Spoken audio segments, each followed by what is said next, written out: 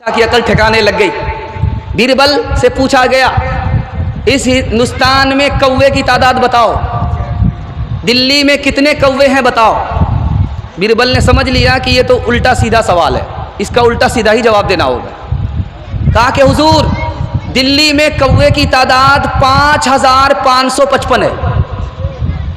तो लोगों ने कहा तेरा दिमाग खराब हो गया है, तुम्हें कैसे पता चल गया कि 5555 है? कहा कि यकीन नहीं तो गिन लो, बाप से भेंट हो जाएगी। तीसरी मिसाल आपके सामने आ रही है। 20 साल के बाद एक गैर मुस्लिम मुसलमान हुआ। 20 साल के बाद एक गैर मुस्लिम मुसलमान हुआ। अब वो उठता था राम राम, बैठता था राम राम, उठता था राम राम, बैठता था राम राम। लोगों ने कहा कैसा मुसलमान है, उठते बैठते राम राम ही कर रहा है। तो उसने कितना प्यारा जवाब दिया, बरसों का राम आहिस्ता आहिस्ता ही निकलेगा, इतनी जल्दी नहीं निकलेगा। इस हिंदुस्तान का बादशाह गुजरा, उसका नाम था औरंगजेब। दुआ कीजिए अल्लाह उनकी कब्र को नूर से भर दे। और हिंदुस्तान का नवाब था शिवाजी। शिवाजी और औरंगजेब बादशाह की लड़ाई हो गई। औरंगजेब ने शिवाजी के महल को, किले को घेर लिया। शिवाजी को बाहर निकलने ही नहीं दिया। दाना पानी जब ख़त्म हो गया तो शिवाजी ने अपनी माँ से कहा अब क्या करें, दाना पानी ख़त्म हो चुका है और मेरी जान का दुश्मन, खून का प्यासा औरंगजेब चारों तरफ से मुझको घेरे हुआ है। देखिए हिंदुस्तान कितना प्यारा, कितना खूबसूरत था। तारीख के हवाले से सुनाने के लिए जा रहा हूँ, इसको ध्यान से सुनिएगा, पयाम इंसानियत आप सुन रहे हैं। शिवाजी का राशन ख़त्म हो गया, दाना पानी ख़त्म हो चुका है, चारों तरफ से दुश्मन औरंगजेब के लश्कर ने घेर रखा है। तो माँ से पूछा कि करें क्या करें? कहा क्या करें, औरंगजेब से पूछ लो। कहा औरंगजेब तो मेरी जान का दुश्मन है। कहा जान का दुश्मन जरूर है लेकिन मुसलमान है, तुमको सही मशवरा देगा, गलत मशवरा नहीं देगा। माँ ने कहा है शिवाजी से कि बेटा राशन खत्म हो गया, किसी से पूछना नहीं, औरंगजेब से पूछो। तो शिवाजी ने कहा कि औरंगजेब से कैसे पूछे, वो तो मेरी जान का दुश्मन है, खून का प्यासा है। कहा ये जरूर है कि वो तुम्हारी जान का दुश्मन है लेकिन मुसलमान है, तुमको गलत मशवरा नहीं देगा, सही मशवरा देगा। अब शिवाजी ने औरंगजेब से कहा मेरा राशन ख़त्म हो गया।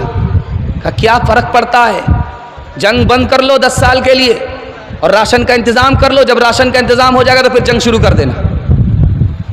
10 साल के लिए शिवाजी को टाइम दे रहा है। कौन टाइम दे रहा है? औरंगजेब बादशाह के 10 साल के लिए जंग बंद कर दो और इंतज़ाम कर लो, उसके बाद जंग करना। अब औरंगजेब से कहा कि 10 साल में तो वो मजबूत हो जाएगा, आपके ऊपर हमला करेगा। तो औरंगजेब का जवाब सुनिए, मेरे नबी ने अपने दुश्मन से 10 साल के लिए जंग बंद किया था। मैंने अपने नबी की सुन्नत पर अमल किया है, मुझे यकीन है कि जो सुन्नत पर अमल करेगा वही कामयाब होगा। मैंने नबी की सुन्नत का दामन थामा है, मैं ही कामयाब रहूँगा। जब दोबारा जंग शुरू हुई, शिवाजी गिरफ्तार हो गए, दिल्ली लाया गया। फिर भी औरंगजेब बादशाह ने कहा कि इनको कत्ल मत करना, ये कौम का सरदार है। हमारे नबी ने कहा कि कौम के सरदार की इज्जत करो, उसको जलील मत करो। ये था खूबसूरत हिंदुस्तान, ये था खूबसूरत समाज, ये था भाईचारा, ये था औरंगजेब बादशाह का पयाम इंसानियत। दूसरी मिसाल आपके सामने आ रही है। ट्रेन में सफ़र हो रहा है, दुआ कीजिए अल्लाह उस आलिम दीन की कब्र को नूर से भर दे। उनका नाम था शेखुल इस्लाम हुसैन अहमद मदनी रहमतुल्लाह अलैह। आप देखेंगे कभी कभी ट्रेन में पानी बंद हो जाता। जब पानी बंद हो जाता है तो जो पखाना है उसमें लोग पखाना करते जाते हैं, वो भरता जाता, वो बाहर निकलता नहीं है, ऊपर रहता। इत्तिफाक से पानी बंद हो गया ट्रेन में और पखाना ऊपर है, कोई भी जा रहा तो छीछी करके वापस आ रहा।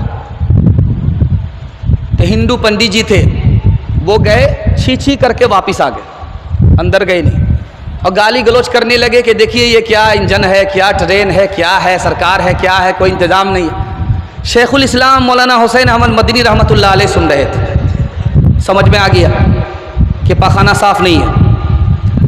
नाक में कपड़ा बांध करके अंदर घुस गए, सिगरेट वगैरह की डिबिया थी उसको जला करके साफ सुथरा कर दिया। उसके बाद आकर के उसी पंडित जी से कहते हैं कि वो मैं तो अभी गया था, बिल्कुल साफ सुथरा है। कहाँ गंदा, आप जाइए हाजत पूरी करके आइए। जब वो गए तो बिल्कुल साफ सुथरा है। कहा कि ये काम आप ही ने किया है। मैंने क्या किया? मैं तो अपने नबी की सुन्नत पर अमल किया। मेरे नबी के यहाँ कोई मेहमान आया था, उस मेहमान ने रात में पखाना कर दिया था बिस्तर पर, और रात सुबह सवेरे भाग गया था। जब बिस्तर के साफ करने की बारी आई तो हमारे नबी ने कहा कि कोई साफ नहीं करेगा, वो मेहमान मेरा था, मैं साफ करूंगा। जब वो तलवार भूल गया, वापिस आया तो देखा कि मैंने पखाना किया, मेरे पखाने को नबी साफ कर रहे हैं, तो मेरा दिल भी साफ हो जाए, कलमा पढ़कर मुसलमान हो गया, मैंने नबी की सुन्नत पर अमल किया है। तीसरी मिसाल आपके सामने आ रही है। कैसा हिंदुस्तान था। आखिर में कबूलियत की घड़ी में उसी हिंदुस्तान की हम लोग दुआ करेंगे, अल्लाह हिंदुस्तान में भाईचारगी को वापस फरमाए, हिंदू मुझको मुसलमान को आपस का भाई भाई बनाए। आखिरी मिसाल दे रहा हूँ, रात का सन्नाटा है, शेखुल हिंद किसी का पैर दबा रहे, जिसका पैर दबा रहे हैं वो हिंदू है, और जो दबा रहा है वो शेखुल हिंद है, हिंदुस्तान का सबसे बड़ा आलिम। वो किसका पैर दबा रहा है? एक हिंदू का पैर दबा रहा है। शागिर्द आए, कहा कि हुजूर आप पैर दबाएंगे इतने बड़े आलिम होकर के, मैं पैर दबाऊंगा। तो कहा कि नहीं, तुम नहीं दबाओगे, मैं दबाऊंगा, क्योंकि ये मेरे मेहमान हैं। मेहमान की खिदमत नबी की सुन्नत है, नबी की सुन्नत पर अमल करता हूँ। ये नहीं देखता ये किस कौम का है, हमें तो अपने नबी की सुन्नत पर अमल करना है। नबी कौम को नहीं देखते थे, मेहरबान सब पर थे। हम कौम को नहीं देखते, मेहरबान सब पर होते। इंशाअल्लाह दिल मिले या ना मिले, हाथ मिलाएंगे, हाथ उठा दीजिए। दिल अगर नहीं मिला हिंदू से तो हाथ मिलाने से कुछ नहीं होगा। दिल भी मिलाना है, हाथ भी मिलाना है, हाथ उठा दीजिए। हिंदू समाज को अपना भाई समझेंगे, हाथ उठा दीजिए। पड़ोसी जानेंगे, पड़ोसी मानेंगे नहीं, हाथ उठाइए। ध्यान से सुनिएगा। अफवाह थी के तबीयत खराब है, लोगों ने पूछ पूछ के बीमार कर दिया। 2 गज ज़मीं ही सही मगर मेरी मिल्कियत तो है। ऐ मौत तूने मुझको ज़मींदार कर दिया।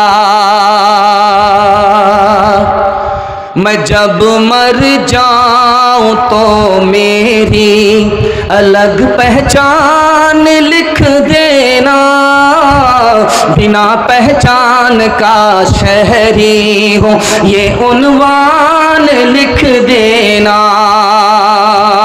मैं गलती से मुसलमान हूँ, इसी मिट्टी का पुतला हूँ। यहाँ अजदाद मिट्टी में मिले ये शान लिख देना। लहू में दौड़ता फिरता रहा मेरे वतन हमदम, लहू से मेरी पेशानी पे हिंदुस्तान लिख देना। लहू से मेरी पेशानी पे हिंदुस्तान लिख देना।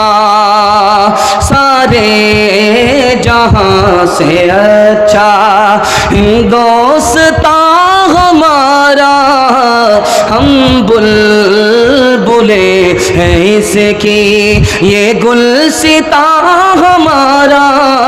सारे जहां से अच्छा मजहब नहीं सिखाता, आपस में बैर रखना। हिंदी है हम, वतन है हिंदुस्तान हमारा। सारे जहां से अच्छा। पैगाम निकल गया, आखिरी पैगाम रह गया, 3 मिनट का है। इजाज़त देंगे तो सुनाऊंगा, इजाज़त है? दोनों हाथ उठा दीजिए इंशाअल्लाह। ध्यान से सुनिएगा। आज एक तूफान खड़ा है, हर आदमी को मकान बनाने की फिक्र है। ज़िंदगी छोटी है, लेकिन वो प्लान क्या बनाता है? 50 साल का मकान होना चाहिए, 70 साल का मकान होना